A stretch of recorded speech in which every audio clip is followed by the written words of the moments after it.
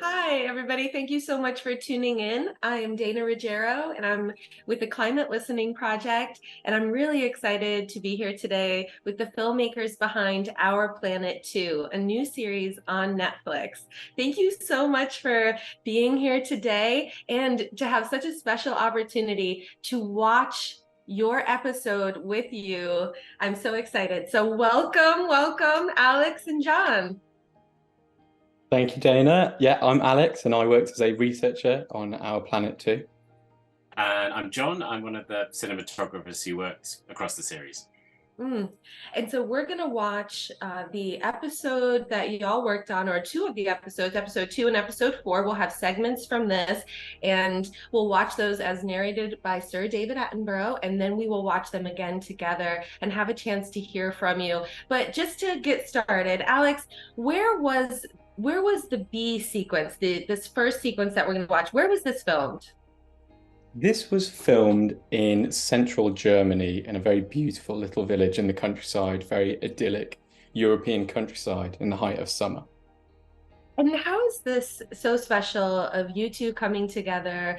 A researcher, a filmmaker. John, why is this relationship unique? Well, Alex is just one of my favorite people to work with. He has a really great way of describing his ideas. He has a very strong vision for how the sequence will look. He's very good at describing it, and he did this fantastic document before we went out to Germany that had all sorts of references from feature films that we could look at and kind of talk about, and it just really kind of launched us into thinking about the sequence. Just a new, different kind of creative way of researching and thinking about, this science and weaving the science with the stories, right, Alex? Yeah, I think so. I think it's all about trying to think about how to invoke an emotive reaction from the people viewing it. And so oftentimes I think, you can look towards like big blockbuster films, which are very successful at that. And think about how to translate that or use references from that into natural history and kind of invoke some of that emotion or kind of, it sounds weird, but like involuntary reaction from your audience to like feel something. And yeah, I mean, John's just incredible at translating that. You give him a picture and he's able to turn it into a moving image. I think at this stage, what we were really interested in doing was, I mean, it's almost as if at this stage in the kind of evolution of natural history filmmaking, we take the detail of the behavior and the science as read. Is what else can we do? What other kind of dimensions can we add to the sequence to make them really effective, whether it's lighting, camera moves, the overall tone. So that's what's so brilliant working with Alex is you kind of assume you're going to get the behavior, and the detail of that is what else can you add to it to make it special. I really felt like it was so special. This series, to me, I kept saying this. It's just so heartful. Like there's so much heart to it, and each interaction with all of the animals, it's so detailed. But you really do. I cried so much, and was inspired. And so, how do you, when you're thinking about directing animals and wildlife, you're storyboarding, you're trying to think of this beautiful vision, but then you get there and they're doing their thing. The bees, they're going to do their bee things. How is that, in reconciling the vision with the wildness? Well, I mean, I'm sure John will have a different perspective on it from a cinematographer's perspective. Um, I guess like you can't direct them.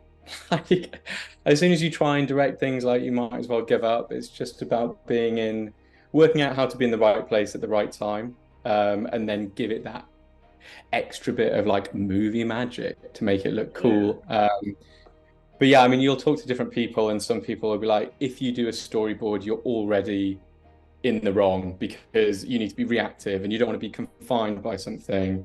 And other people will say like, no, like you need to know exactly what you're going to do so you can plan and blah blah blah. And different horses for different courses. I think there's somewhere nice in the middle where you can really think about something so that you can plan to add that extra gloss or that extra kind of finesse that you want to give to it, or really try for like an exceptional piece of behavior, or like light it in a way that is not natural but can have a better effect in the film. But still kind of thinking of like, as you're doing it, and I think this is what is really great working with a cinematographer, especially in wildlife, is like thinking about how to adapt as you go and how to change it and how to like make it better and improve on it within the time constraint, within the constraint of like, can the animal, is it still going to be doing the behavior within this kind of time frame that we've put it onto? So yeah, I think ask someone else and they'll say something completely different. This whole series is about how movement is so important. And it really was some of my favorite moments where I know the cinematographer was just, I mean, the art, you know, the bees, when the light in the tunnel, you know, John, I mean, how are you using technology and some of the new ways of filming or light to give us just innovation, or you're making discoveries? I mean, you're seeing things, we're seeing things that we've never seen before that you can't direct because you don't even know what's going to happen. But how is the innovations in technology and your equipment, or just your experience bringing this beauty to screen?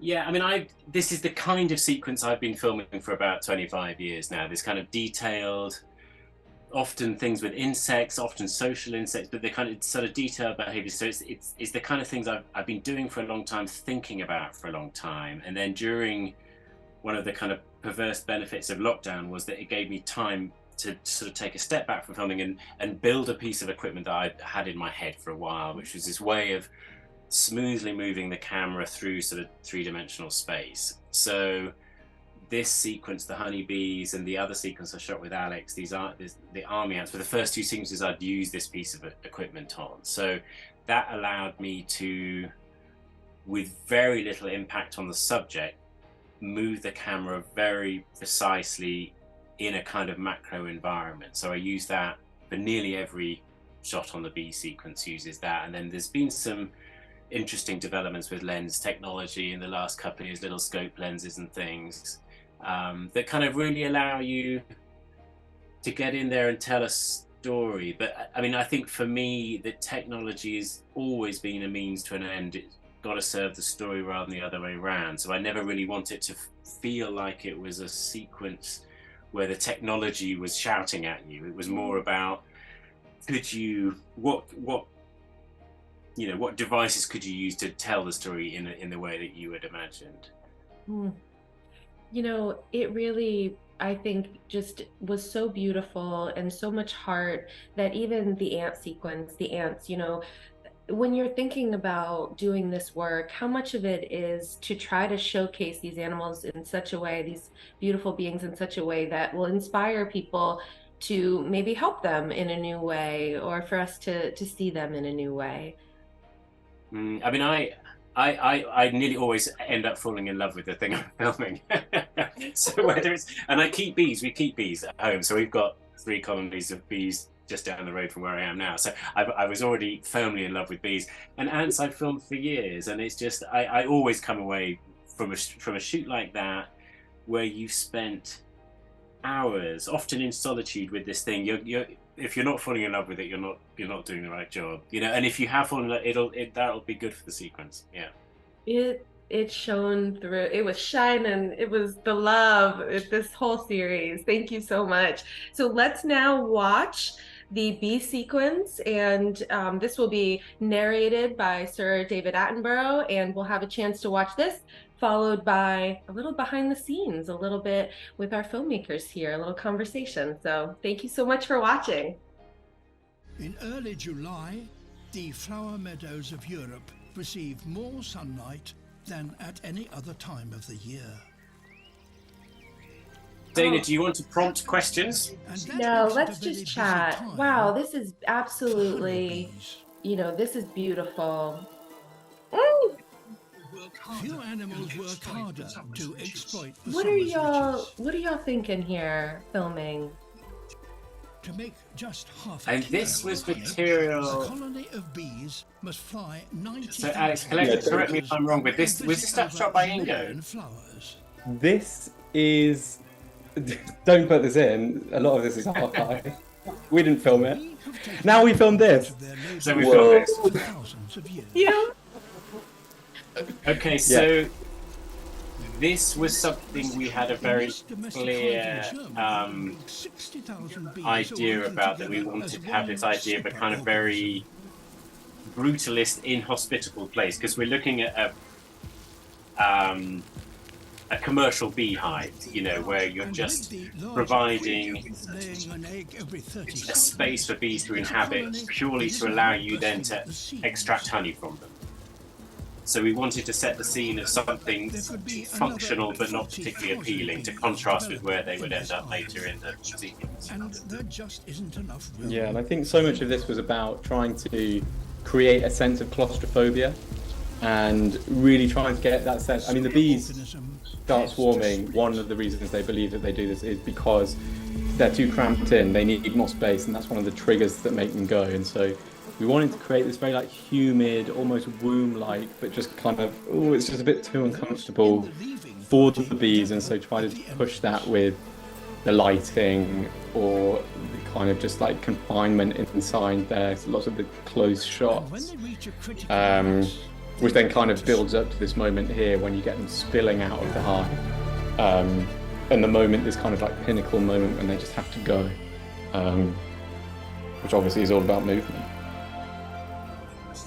And it was fascinating to me because I've kept bees for 20 years, but I'd never watched in detail what goes on inside the hive because you just can't see it. And swarming, swarming is just this rare, magical. If you've ever been around a swarm in the wild, it's that they are calm, docile. You could put your hand on them, and they're nothing like what people think bees are, you know. When they're in this state, they're just totally focused on keeping the queen safe and moving somewhere. Not aggressive at all. Really, really magical. All for the love of the queen, for the love of the group, and they have for their survival. It's amazing how you captured this moment. I really like some of those wider shots actually with the sun. It's Yeah, we're very lucky. Yeah, the like individuals compared to then you see the groups, the way y'all did that. Oh. So I didn't do these. This is some amazing stuff that Alex directed with a very skilled drone pilot. So this is some drones, and I wondered how can you do some of this? It's beautifully done, and I think it's technology serving the story rather than the other way around, which I just really love. Yeah, I think we always kind of knew like racing drones are probably going to be pretty hot in like filmmaking and becoming more mainstream. I think there's ways in which they're overused. So the whole time we were doing it, we were like, oh, is this going to be gimmicky? But I think kudos to the drone pilot, Andrew, who did like an incredible job just kind of like reacting to like mimicking the bees movement itself, which is not easy to do. And also you don't want to mimic it too much because bees fly like crazy. But also kudos to the editor as well for knowing which moments to grab and like when to cut and how to not overuse those kind of shots, which I think would be really easy to do. And first time I watched it, I was like, that's pretty incredible how smoothly it transitions with John's. Yeah, I can't imagine seeing that. Yeah. And the better the spot, the more intense. And this behavior. Yeah, these bees are very sweet. They're very, very well mannered. Very nice German bee. Yes. They were so calm, actually. But each bee colony has its very own distinct personality. We've got 3, one of which is really grumpy and will always get aggressive. This colony was so calm. You were on a mission. It's house hunting by committee. I mean, we're in the tree here. I love It it. seems they agree, We're in the tree. and they return we had a sort of to cutaway the rest section of the swarm. of a tree interior that just worked seamlessly. I mean, it's the kind of thing you can't physically climb inside the tree, but if you kind of Every bee in design turn. the sets well enough, the bees will tell the story for you. And incredibly, in just Yeah. half an hour, I think all there's so many 30,000 components to this, are and of course ready we were to working use. with like incredibly knowledgeable scientists with all of this as well, who was kind of advising us on the behavior. And there's just so much to like process and so many beats to this story. I just want to shut up for a minute because this bit took us all by surprise, I think. We knew the bees were going to leave, but we had no idea that they were going to leave in this kind of like festooning, like dropping from the camera. And like, I think the first time we tried it, I can't remember whether we did it and they fell onto the camera straight away, whether you positioned it like that. At the new location. And then we'd seen them do it, and we said to the beekeeper, like, they just did this thing, and he was like, I don't think so. First of all, it was kind of like, oh, well, they did. Like, we're not lying. And so we set it up the second time underneath and had them just like raining on the camera, and it was amazing. It was amazing that they did it again. And this shot here is one of This the is best. one of my favourite images I've ever filmed. Actually, this set of shots, Bees and are you know, able to move like to be this in the, I mean, when the right. sun's energy provides them with enough Yeah, food it was quite an overwhelming kind of emotional thing. Actually, it's so beautiful, and you're surrounded by noise, and it's very intense. But they're super passive. You know, they're just doing their thing, and yeah, beautiful. We need more bees. Oh, that shot, it was gorgeous. I mean, absolutely. I remember it took my breath away. I just was like, this is so beautiful, and I think that like the way that you're able to show bees, ants, some of these, not what we would normally think. I'm constantly being like, oh, that's so beautiful. Yeah, I think has always been the aim. I mean, I'm sure it's the same for Alex as well. That I've never been interested in these insect stories. I mean, I want to portray the characters as if they were human protagonists. So you want to fall in love with them, engage with them. I don't want to be a sort of arm's length kind of bug's eye view. It just needs to feel like you're, right down in the set of Blade Runner or whatever it is, whatever aesthetic you've chosen. But it's I think it's a lot about how much you respect the subject. That you're not trying to portray it in this weird kind of bug-eye perspective, that you just want to show how beautiful it is, because if you fall in love with it, you just kind of want everyone else to as well. You did. You made that movie magic happen. I definitely fell in love. So let's now watch the ant sequence here. We're going to first watch that as narrated by Sir David Attenborough, and then we will watch it together. So stay tuned. Here we There go. are some animals that are constantly on the move.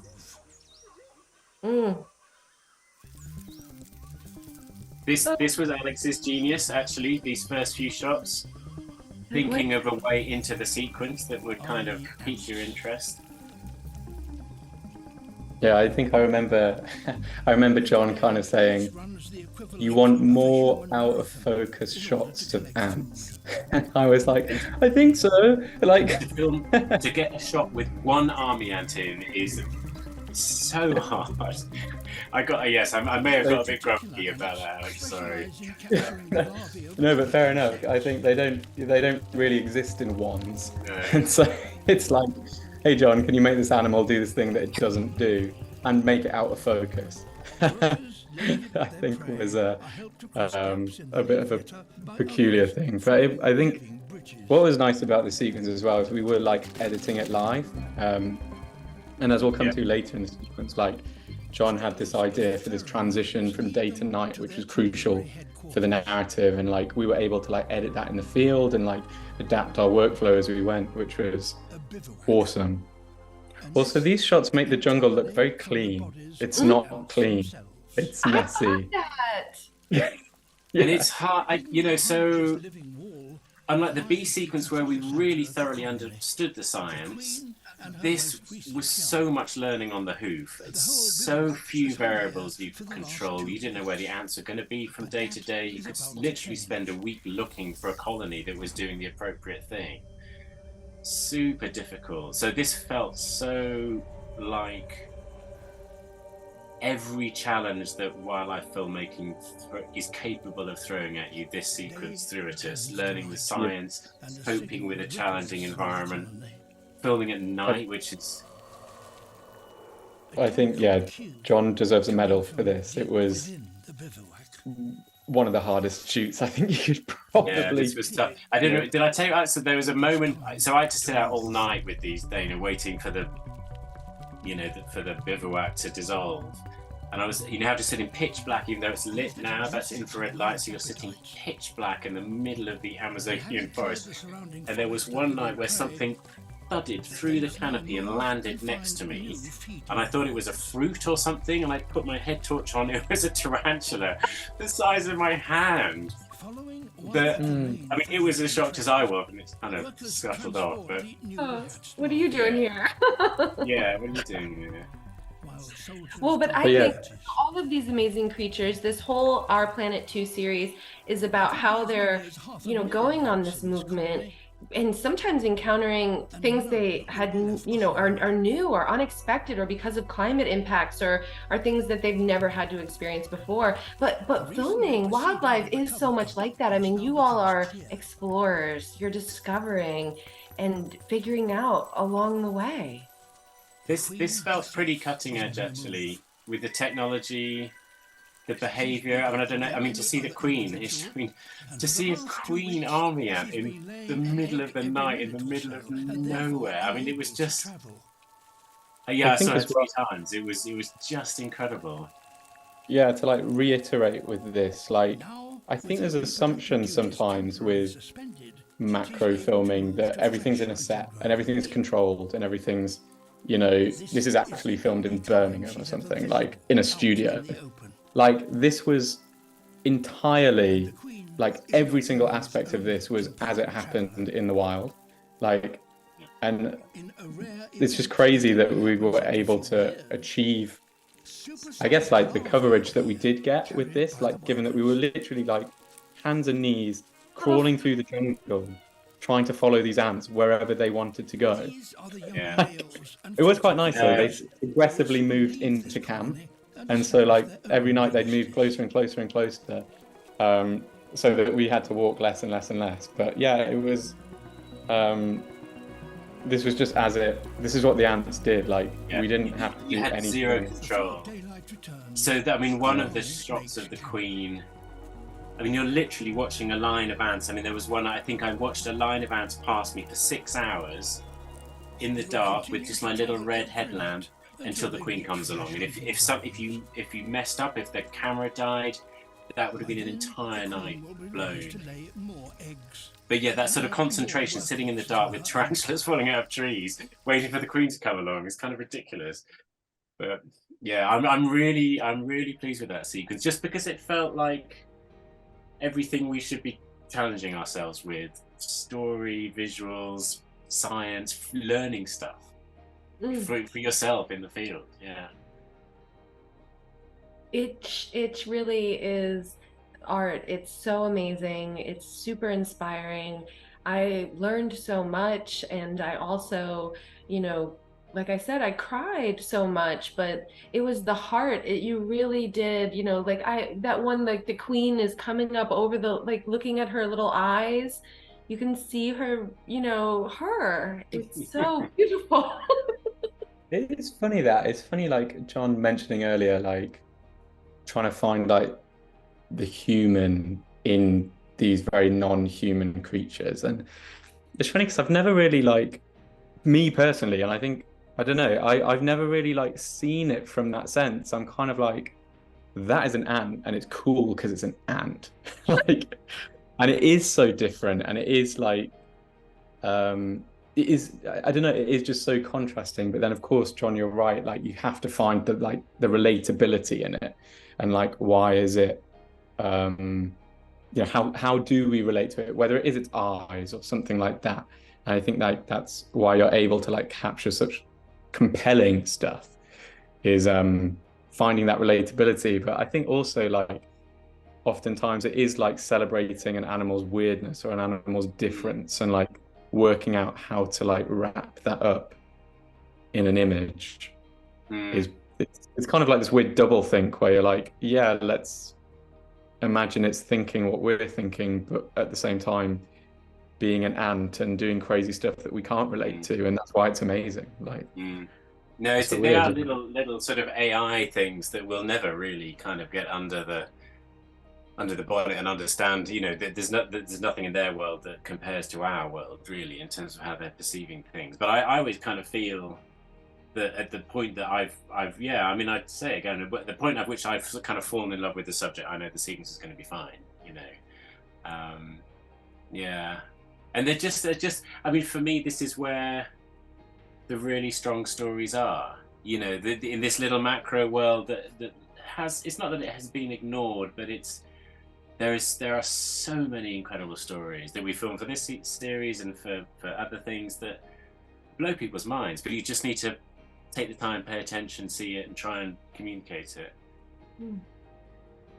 You know, it is seeing these species in new ways, in ways we've never seen them before, and then really, you know, whether it's human emotions or whatever it is, it's just the reality that we now can look and see, you know, yes, there's all of these ants, but there's also this one individual ant that's on its own individual journey for survival or helping the queen, or, you know, and you start to really see these little stories and know that they are similar to us on this whole planet of just trying to survive, but also to love along the way, or to be of service in some way in this mechanism of survival, right?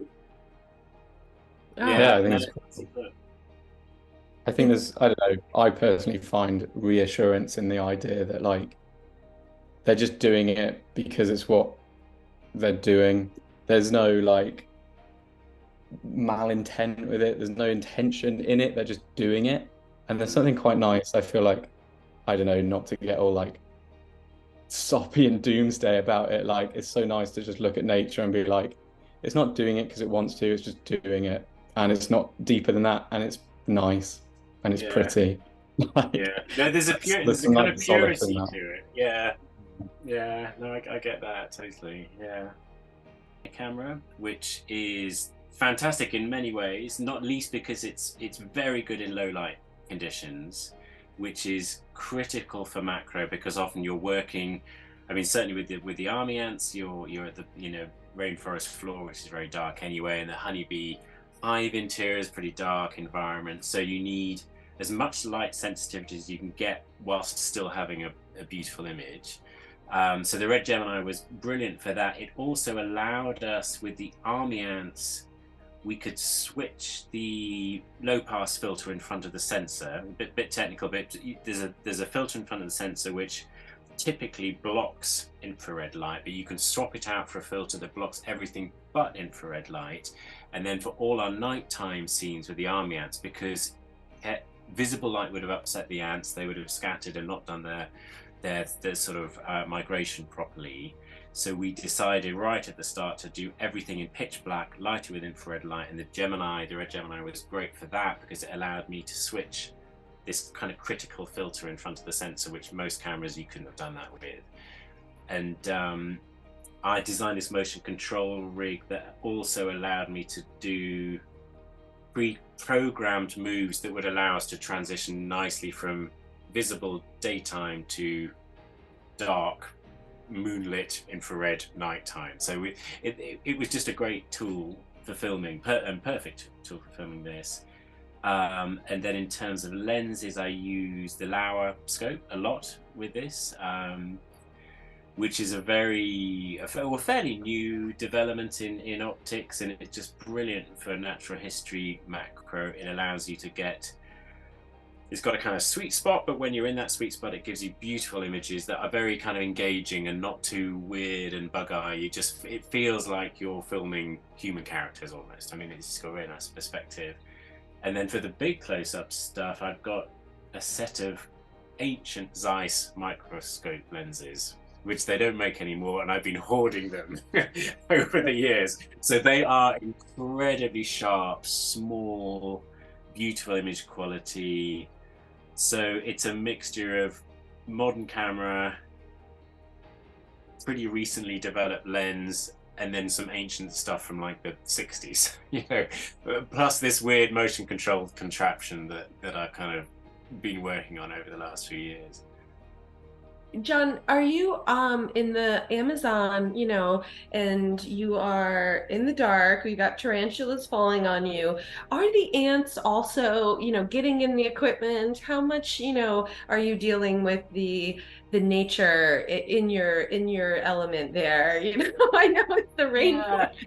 it's funny. I mean, they're pretty good. I mean, we had chosen there's several species of army ants. The species we chose are very placid, you know. So really, they weren't interested in investigating us. They very rarely got on the equipment because what they do is so focused about their mission, you know, and you don't really want to be interfering with that at all. So I always kind of think that if you're getting ants in your camera, you're probably doing something wrong.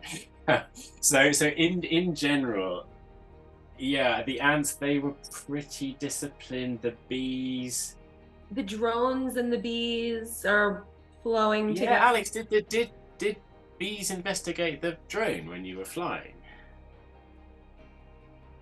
Yeah. No, I mean, I think we were quite surprised actually about how tolerant they were of it. Yeah, it's pretty They're fine. on their mission. They're on their migration. They're in their movement zone. Yeah, and I kind of think that's part of our job is to not come home with stories of us having ants all over the camera. I mean, it probably doesn't make great sort of dinner table chit chat, but you know, if you've had your camera invaded with army ants, you probably had the camera in the wrong place. So I would say as well, John, I think you're probably a lot less sensitive to it than most people. Like you travel to all these places and you like go in these uncomfortable environments. I think if you put the average person in your working conditions, they'd be like, oh, like God, get everything off me. Like you will yeah, exactly. And you're kind of like, oh. Raining spider death. Yeah. Yeah. I mean, I really enjoy it. You know, the kind of slightly uncomfortable side of things. Alex, how are you visioning when you're directing? In, you know, how much of it is this storyboard where you are gonna maybe build a macro set or something, or are you're visioning, you're doing this amazing visioning, and then the equipment and on the ground is figuring it out as they go?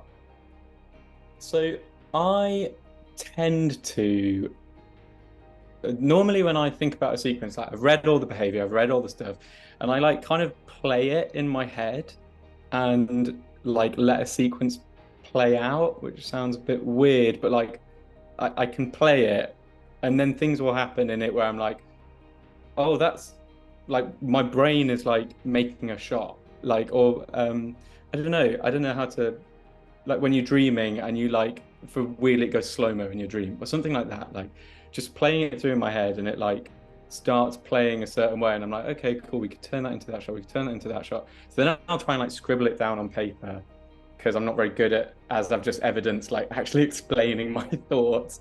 So I'll then put it down on paper, try and sketch it as best I can, hand it over to John, who is then able to translate that. Because if you put me in front of Kit, like it's so embarrassing. Like I'm so bad with Kit and had to do like a couple of tests for like the ant stuff. And I was like, oh God, like we're going to get to Ecuador and John's going to be like, what the fuck is all of this? And I'll be like, I don't know.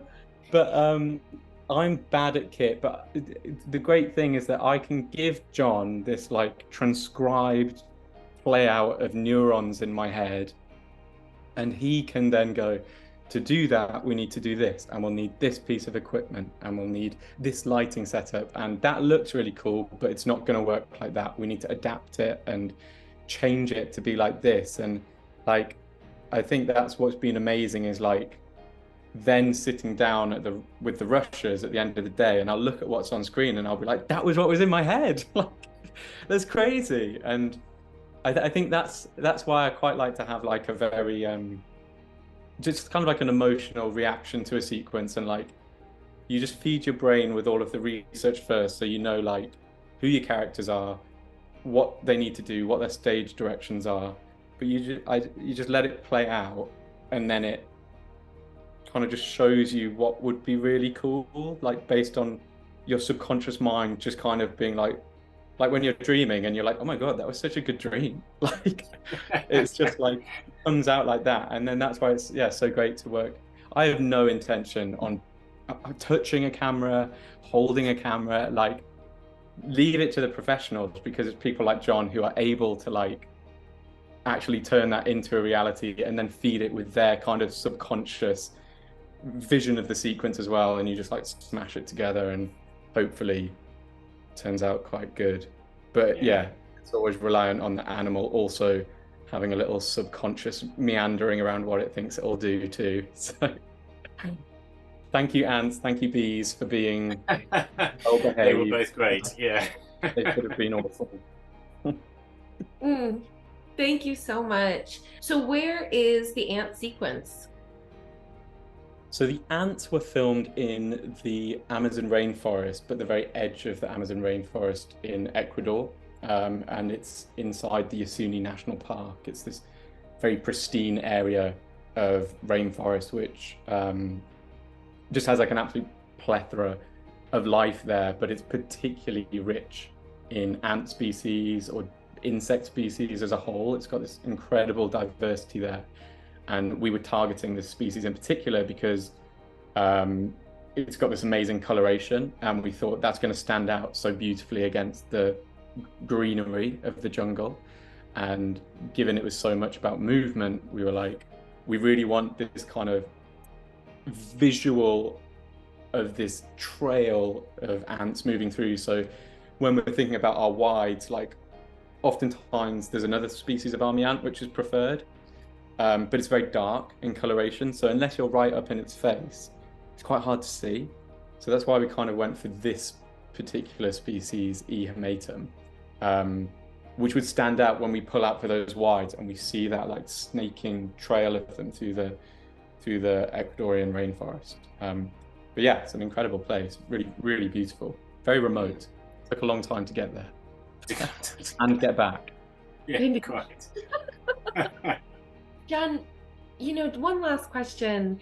Just when you know that this is about movement, and the series is about movement, this idea of movement, was that constantly in your mind of, with the equipment, with your camera equipment, with your lens choices, are you choosing always around movement just for this specific series in a different way than you normally would? I think it was something we were always very aware of, that we were telling a story of a journey from A to B. But I think, again, whether you choose to have the camera moving, for me, is really driven by does it serve the purpose of the story at that point? And often it does. I mean, I'm interested in camera movement because I just think that that's how I imagine observing these kind of spaces that the animals are inhabiting. And it does give you because we have the technology just to, I think for me it's about subtlety, and it's about going where your eye wants to go, rather than anything too showy and sort of screaming technology at you. And I think some of my favorite shots are actually statics in both sequences. And my favorite shots at the end of the honeybee sequence, which I really love the feel of those shots. The movement is incredibly subtle, so I think I've never really want to draw the viewer's attention to the camera. The moment you've done that, I think all we ever try and do as filmmakers is to weave a spell, and that spell is so fragile, and all it takes is one shot out of place or one slightly unnecessary bit of camera movement, and for me the spell's broken. So I think what we managed to do with both of them is to weave a spell that's really coherent and is intact from the first shot to the last shot. And I think that's all you can kind of hope for. And that's the same whether you're filming chimpanzees or tigers or whatever it is. It's about this kind of weird alchemy that you can do with the camera. But it's about ultimate sort of sensitivity to the subject, I think, and to the story.